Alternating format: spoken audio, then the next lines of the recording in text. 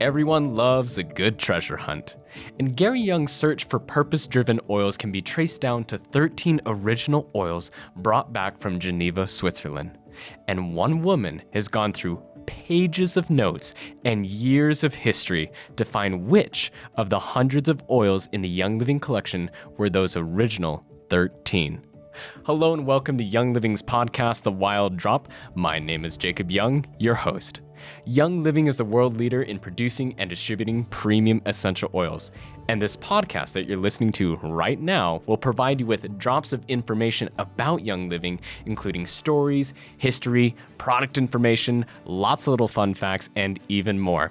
So thank you for joining us again on the podcast, Karen. Karen Boren is a Young Living historian for us, and today we are talking about some of the essential oil history of Young Living. Karen, welcome back to the show. How are you doing today? I'm doing just fine, thank you. Well, Karen, we have you back on the show because we talked about in the last episode how we were going to bring you back to talk about the original 13 essential oils that my dad brought back with him from Geneva, Switzerland. And everybody always asks, what were those 13 essential oils? Were they special oils? Were there oils that we offer? And so now you have the pleasure to share with everybody in the whole world what those original 13 oils were and the history behind them, please. Alrighty. In 1998, your mom asked me to edit Gary's transcripts. And I am so grateful because it has been a joy and so much fun. And I probably have expanded it way too big, but I'll tell you what, if you want to know about lip balms, I've tracked down all the lip balms, all of the products. I have 28 categories of products. Oh, wow. So when I would run across a product, and I knew John Wetton had told me before I started doing this that he had wanted to ask Gary some background about the blends in particular, and he took a list, but Gary was too ill. And John just said, we're lost. No, we're not, because Mary was smart enough to know how valuable those transcripts were. So while I was editing the transcripts, I kept running across Gary saying and he named different years, but Mary has confirmed it was 1983. He went to Geneva, Switzerland after the lady told him about essential oils, and he said, well, I've tried them and I don't like them. And she said, you don't have essential oils in America. You only have perfume oils. Mm-hmm. And so he got excited about the research that she showed him, and so he said, how can I get there? So she actually helped him get into that medical conference.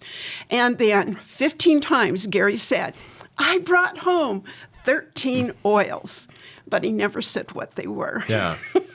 Which was frustrating. And I'm so glad that my mom is a hoarder in a sense of all these papers. I remember when my dad first passed away, we started sorting through all the different papers. And my dad was a serious note taker. He took notes on everything and anything.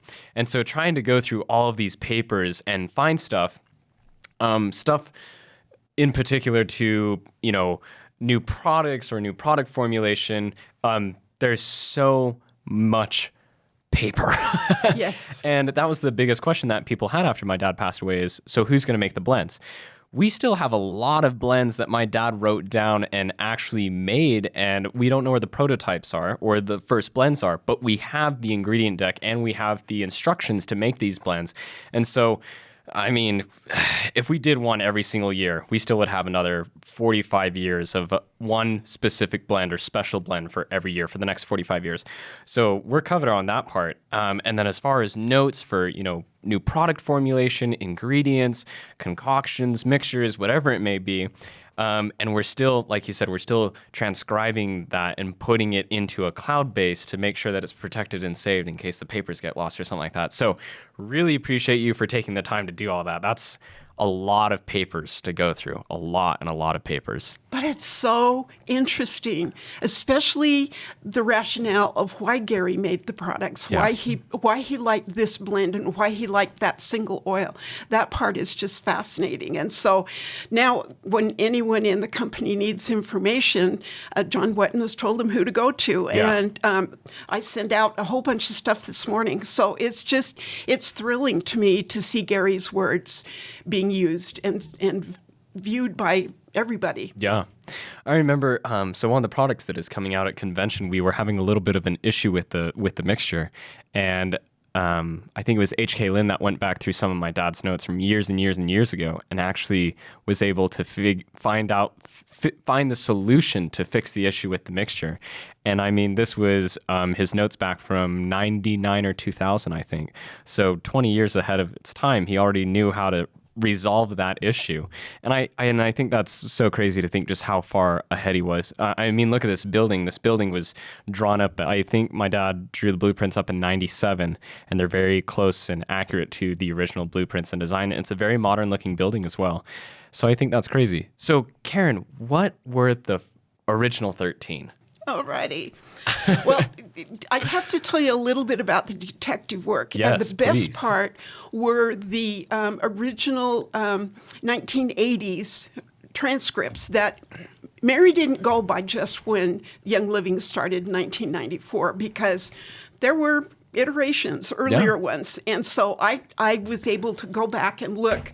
And for instance, in a 1988 product formulation tape, Gary talked about rosemary, eucalyptus, thyme, melaleuca, and cinnamon. So right away, there was the first 5. Yeah. Now, he also mentioned black currant, but that's a fatty oil. It's not an essential oil. Gotcha. So didn't put that one in. But so there was the first 5. And you think how important rosemary, melaleuca, thyme, and cinnamon, they're the most powerful oils in Gary's arsenal. And they're used in a lot of the primary blends that we have as well. Melaleuca especially, and cinnamon as well. I'm a big fan of melaleuca for many, many, many reasons. And kind of a little fun fact, so kind of going off tangent here, but back in 1988, when the first iteration of Young Living was around, the name was actually flipped. Yes. So it's actually called Living Young before Young Living.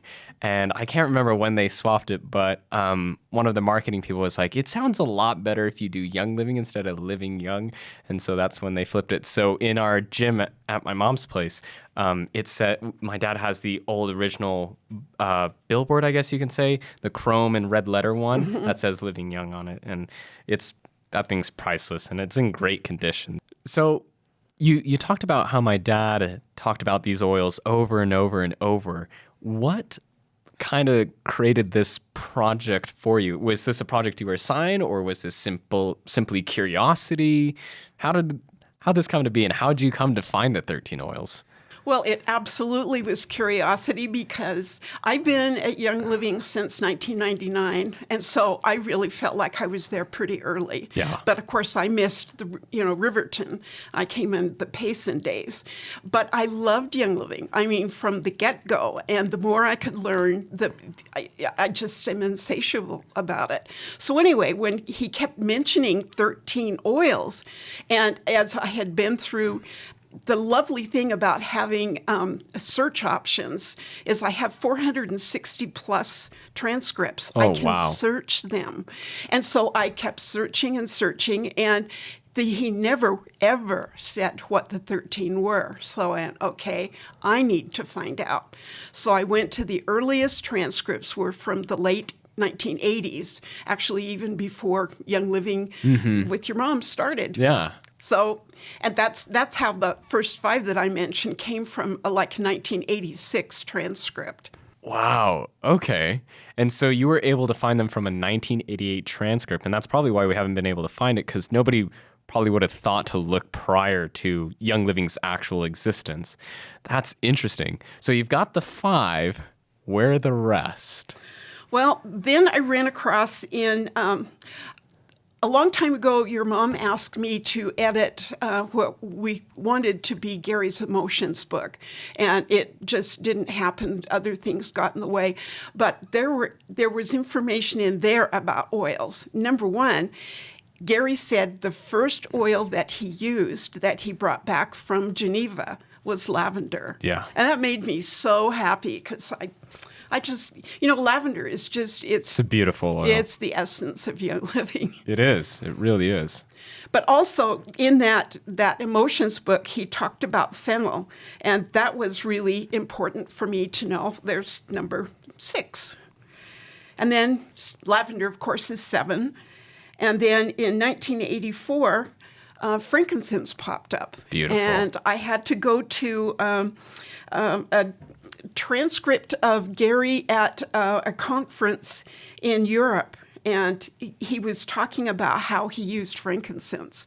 But really? It's like, okay, that's in 1987. Well, actually, it was 1984. 1984.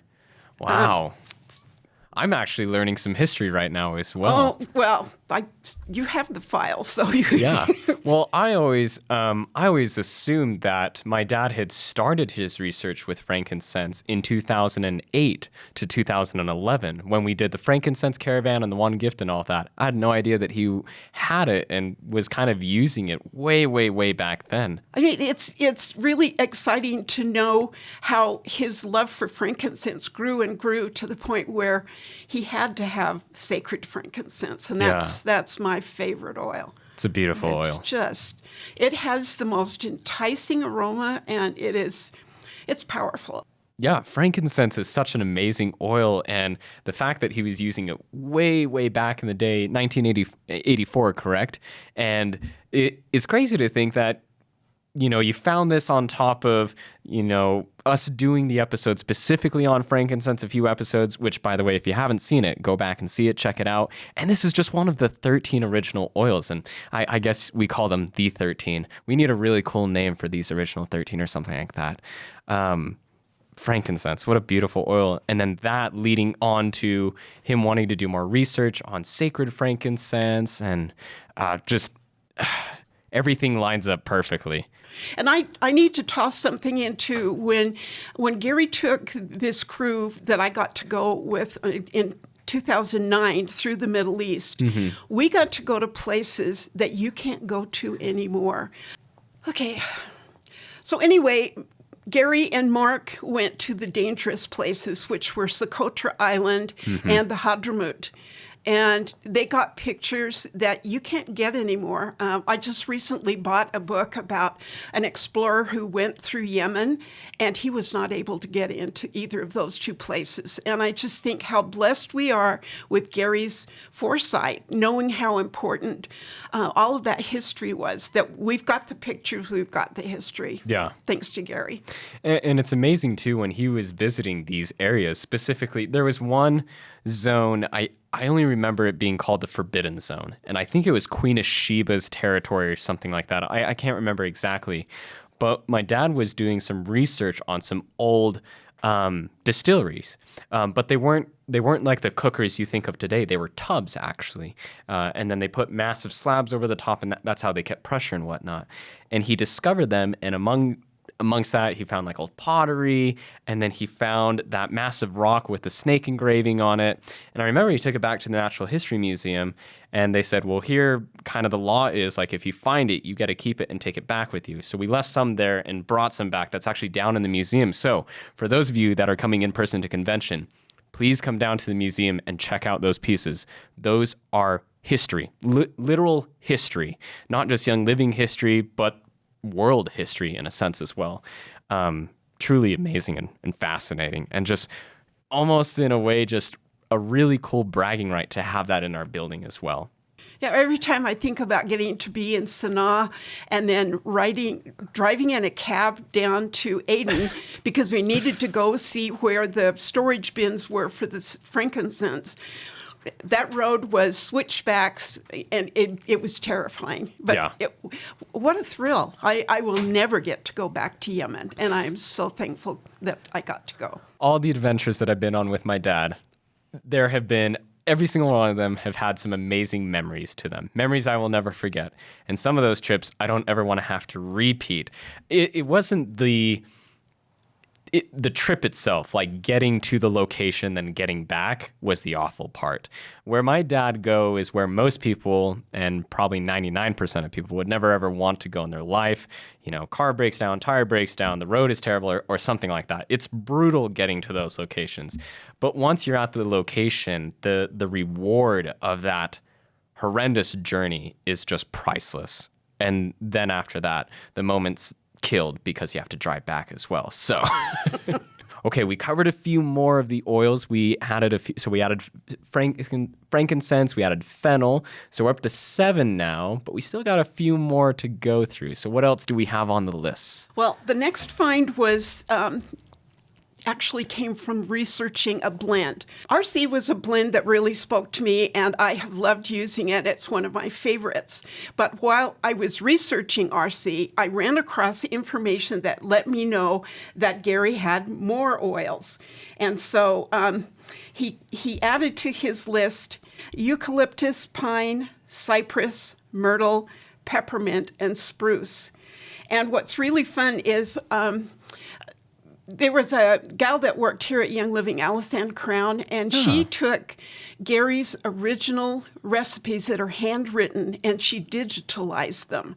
And I finally got my hands on them, and that is so fun to go look back. And I could even see that the RC recipe started out with only 6 oils, and later it had 7. So it's really wonderful to have those original oils. And if we ever decide to bring back Royal Essence, Gary's, all of his notes are there on that. Yeah. So I was really happy to find that. So that just added more oils. So then we get to cypress. Maybe I already mentioned this. Yeah, you mentioned cypress, pine, spruce, and myrtle. Myrtle and eucalyptus. Did he specify which eucalyptus? It's very interesting. The first one that he talks about using, he called it Australiana. But when I looked that up, it actually is is the globulus, I believe. Okay. So in the early days, a lot of the names were just kind of floating around and they hadn't been nailed down yet. Well, there hadn't been a lot of science or history or research done on essential oils either. So a lot of these didn't even have scientific names associated with them. They didn't have they didn't have their family, and correct me if I'm wrong, or the botanical, the trees, all of that. And globulus does make sense because radiata was discovered later when we moved down to Ecuador. And I think it was in the high Andes that he discovered it, and some on the farm as well. So, wow, really, really interesting. And I'm kind of excited to see that pine was on this list as well. Do you remember when he was talking about pine, at what time that was? I'm thinking 1990. Okay. I'm not sure. I have the file on the single oils, and I have dated them. Yeah. And a lot of times I have to go by the first label. And so Valerie Scarpino has been so helpful to let me have access and look at the early labels. But sometimes the labels aren't enough. Sometimes I have to go by what Gary said in an early transcript. Yeah. My dad was really good at taking notes, but not putting the info that was needed on the labels. So, and now since working in research and development, that's actually what they told me is, hey, you need to write these down because your dad wasn't the best at writing it down. And then we take it to the lab and they're like, so what's in here? And we're like, at what time? You know, there's a lot of measurements and increments and all sorts of stuff that go into making a blend as well. So, that's awesome. Is there anything else about finding these 13 that really, like, something that stood out to you, or something that amazed you, or it inspired you, or something that you just love about this mission that you've been on? I just love all of it. It just was so satisfying to me to be able to nail it down, except for the final 2, which I think that your mom maybe gets to choose, because we have the 13th oil is either myrrh or peppermint, and they both came on about the same time. The same time. They're about the same, but that'd be a hard That'd be hard to decipher because I know one of the very first oils that my dad distilled, the first 5 I want to say, was lavender and peppermint. And I don't remember what the rest were, but I remember the first 2 were for sure lavender and peppermint. So I'd be curious I want to say it's most likely peppermint. But at the same time, if my dad had been using frankincense way, way back in the day, it probably is myrrh as well. Or maybe it's both. Maybe it's both. I don't know. I think it could be both. So maybe it's 14 instead.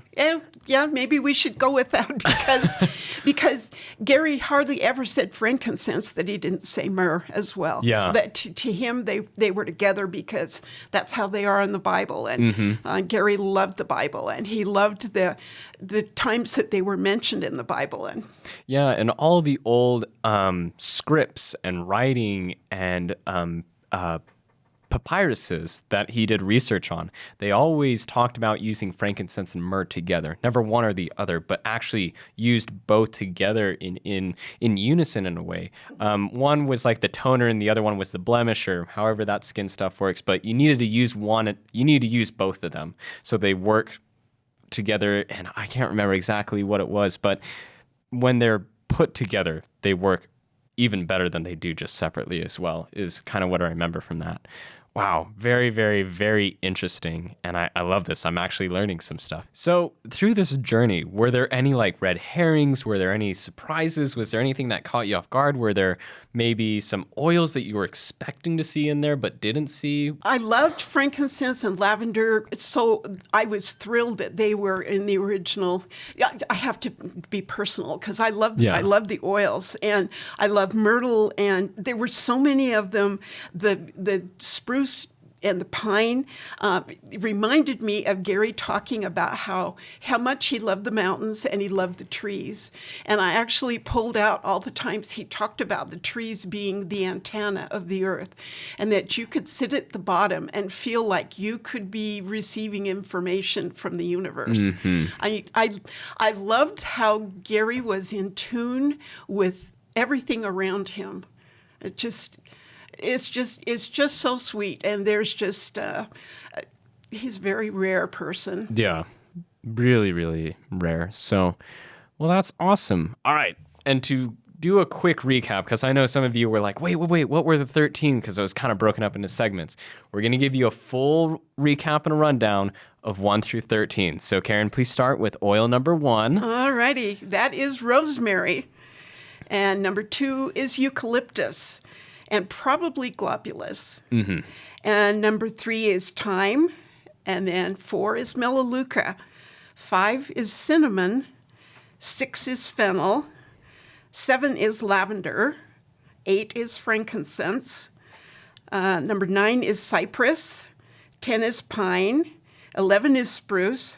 12 is myrtle, and we have a tie. We either have 13 or maybe we're going to go with 14 because 13 and 14 was the tie between myrrh and peppermint. And for all of you that are probably asking, yes, this is in chronological order. These are the dates that we have, what Karen has found from the notes that we found. This is in chronological order of the first tests, the first batches, the first mixes that my dad did. And I'm honestly surprised that rosemary is number 1. Yeah. I figured it would have been lavender or peppermint or I'm not sure what else. Maybe pine. So to see them a little bit lower on the list is surprising to me, but also very interesting, very intriguing. Well, I think if you could go back and look at Gary's formulas for the products that he developed early on in the late 80s, you would see that probably rosemary, eucalyptus, and thyme, those were needed for things that Gary was devising at that time. Yeah, oils alone, they're amazing, but also in herbal medicine, also very, very useful and very well known throughout the medicine world as well. A lot of Native Americans and Native tribes use rosemary, thyme, and they're amazing. So maybe it's not as much as a surprise to me anymore. So what's amazing about these 13, possibly 14, is that they make up the foundation of all the oils and the products that we have now, in a sense. We still use and sell all of these oils nowadays. We use all of these oils in blends, in products. For example, myrrh is in a lot of our skincare. Lavender, we have it in a lot of our lavender scented products, obviously. Peppermint, everyone loves peppermint. Everybody knows the common use for peppermint. And then our pine oil, which is mixed into our evergreen essence blend, which unfortunately you can only get during the holidays, but beautiful, beautiful blend. Frankincense is in a lot. We've got the frankincense resin as well. This just builds on top of the history that's being created currently. And it spreads so far and wide with these original 13. And I think that's absolutely amazing and awesome. So if you're hearing about these oils for the very first time, I'd highly recommend that you go to our website, you read the description, you read about the oils, and try it out if you're interested and whatnot. Convention will be a great time to try out all the oils if you're interested in those as well. And yeah, Karen, any last thoughts, any last words? Well, I really would like to say that Gary was such an original, and when he found something that was powerful, he went for it full bore. Do you realize that in the early transcripts, when Gary started combining and making blends, there wasn't even a name. He called them combinations. Yeah. Now they're called blends. But that's how early Gary was. He was the one that he pioneered, and he set himself this high standard of purity, and adulteration just made him break out in hives. You just couldn't stand the thought of anybody adulterating God's oils. And so Gary was the forerunner here in the United States, and I think it spread everywhere. They already understood in Europe, but we didn't here. We were so far behind, and my dad brought this all to light. He brought it to the forefront. And also kind of talking about how he's the pioneer of the modern day essential oil movement. He's also the pioneer and the father of blends.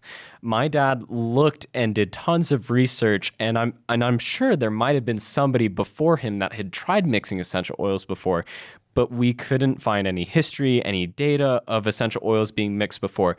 Now, there's perfumeries that mix it, but perfume oil is very different, not even close to essential oils, as they're bleached and strained, and we won't get into all of that, but they're not essential oils once they've gone through that process.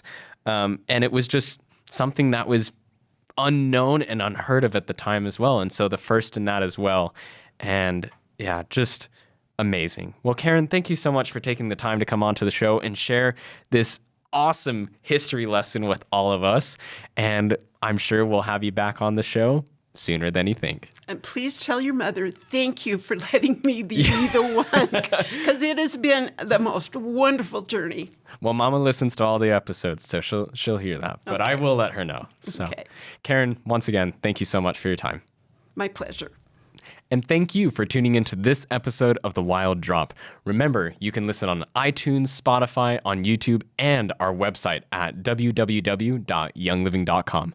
Don't forget to oil up Young Living family. This is Jacob Young with The Wild Drop, dropping out. Take care.